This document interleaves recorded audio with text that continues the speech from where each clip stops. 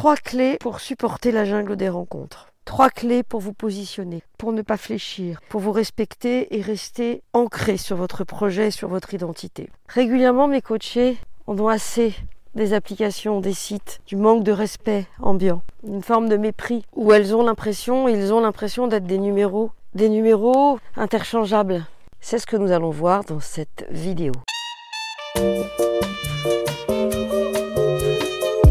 Si vous avez envie d'en savoir plus et de mieux tirer votre épingle du jeu dans cette jungle des rencontres qui est devenue le dating aujourd'hui, je vous propose de me rejoindre au webinaire que j'organise dimanche 6 février à 20 h sur le thème « Comment être heureux, heureuse en couple au plus tard à la Saint-Valentin 2023, que vous soyez aujourd'hui célibataire ou dans une relation discutable ou en tout cas qui pose problème ». Vous trouverez le lien pour vous inscrire ci-dessous. Je suis dans une maison de pèlerins orthodoxes. D'ailleurs, on doit être les seuls puisque la maison est vide. Et dans ce lieu, il y a un calme impressionnant.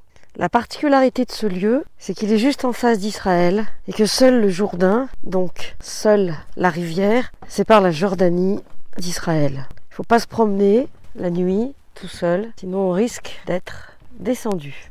Et voilà la rivière. Bonjour à toutes et à tous, je suis Bénédicte Tan, votre love coach depuis 2004. J'accompagne les hommes et les femmes qui souhaitent être heureux en amour à attirer directement la bonne personne sans perdre des années avec des partenaires condamnés, malveillants, toxiques ou tout simplement inadaptés. Avant d'aller plus loin et de vous proposer quelques pistes pour vous connecter à quelque chose qui vous permette d'avancer, je vous invite à vous abonner à ma chaîne si ça n'est déjà fait et à télécharger ma mini formation offerte Attirer une âme sœur et la garder près de soi. Vous trouverez le lien pour vous inscrire ci-dessous. Il se trouve que nous sommes dans une structure orthodoxe, mais ça aurait pu être un autre lieu, un autre monastère, ça aurait pu être au Liban, ça aurait pu être en Arménie, ça aurait pu être de l'autre côté de la frontière. Il se trouve que ça se passe ici. Et ce qui m'a paru le plus important, c'est vraiment d'intégrer le fait que c'est la spiritualité du lieu qui peut vous aider à vous connecter. Régulièrement, les grands méditants font des retraites et s'isolent, sans télé, sans radio, juste dans une forme de silence et de contemplation. Souvent, mes coachés ont l'impression d'être des numéros interchangeables et que finalement, si c'était pas eux, elles, ce serait quelqu'un d'autre et ça ne changerait rien. Ils ont l'impression qu'ils ont parlé pendant des heures, qu'ils ont échangé sur des applications avec des personnes qui disparaissent, qui ne les respectent pas. Et c'est une réalité, c'est vraiment la jungle des rencontres. Et c'est quelque chose qu'on ne peut pas ne pas intégrer. Ça fait partie, en fait, du paysage amoureux.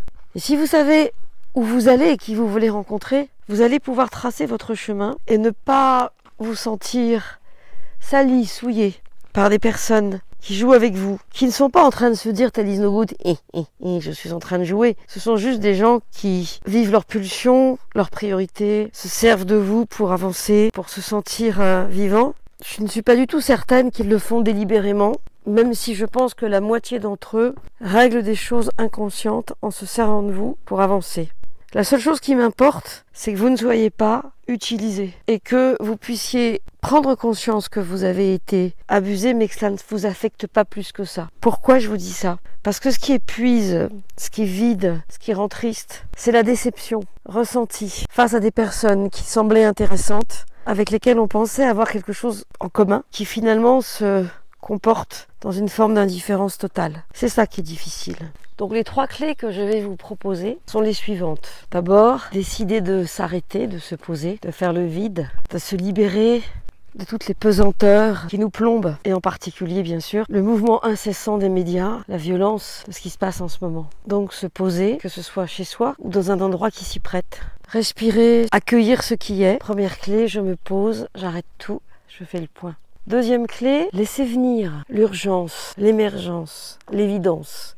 C'est-à-dire laisser venir ce qui compte le plus pour vous en ce moment. Ce pourquoi vous allez vous battre. Ces clés, elles sont d'un classicisme consommé. Pour autant, de mon expérience, plus je sais où je vais, plus je sais qui je suis, plus je peux m'ouvrir et accueillir quelque chose de l'ordre de l'inspiration, de la spiritualité, qui va me motiver pour passer à l'action. Parce que finalement, ce qui compte, c'est de continuer à avancer, de ne pas se décourager. C'est souvent là où le bas blesse. Je récapitule.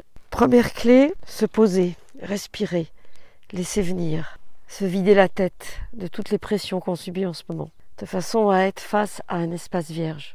Deuxième clé, dans cet espace vide et à la fois plein, laissez émerger ce qui compte. Votre urgence, votre besoin, votre désir pour 2022. C'est quoi? C'est respirer, travailler, changer de travail, trouver l'amour, déménager, refaire votre appart. Ce qui compte, c'est d'accueillir ce qui vient. Et c'est là-dessus que vous allez probablement articuler votre projet pour cette nouvelle année. Se tenir à son projet, à celui qui émerge, et mettre en place les plans d'action pour y arriver. Et si vous restez centré, alors vous ne vous sentirez pas déstabilisé, perdu et déçu par des gens dont le comportement n'est pas à la hauteur de vos attentes. Surtout si cette personne, au départ, s'est positionnée comme ayant les mêmes attentes que vous. La troisième clé, enfin, consiste à mettre en place votre plan d'action.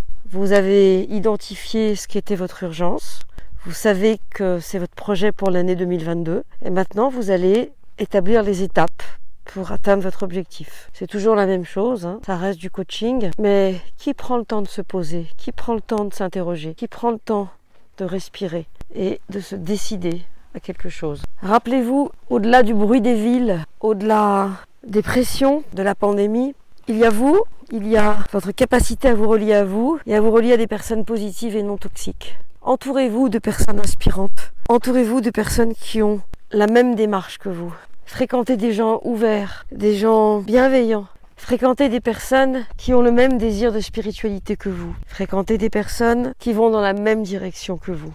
Et vous, dites-moi dans les commentaires comment se passe la jungle, à travers les applis, les sites de rencontres ou même dans la vraie vie. Est-ce que vous vous trouvez dans des situations d'abus? Est-ce que vous traversez des déceptions, des frustrations? Et est-ce que vous êtes confronté à des comportements tellement fréquents aujourd'hui, comme le ghosting, la mauvaise foi, les allusions sexuelles trop directes, ou encore le fait de mettre 4 jours à vous répondre, comme si de rien n'était, bien sûr. Merci d'avoir regardé cette vidéo jusqu'au bout, de la liker si elle vous a plu, de la partager si vous pensez qu'elle peut aider des personnes de votre entourage. Et à bientôt pour une nouvelle vidéo ou un nouvel audio, chaque mardi et chaque vendredi.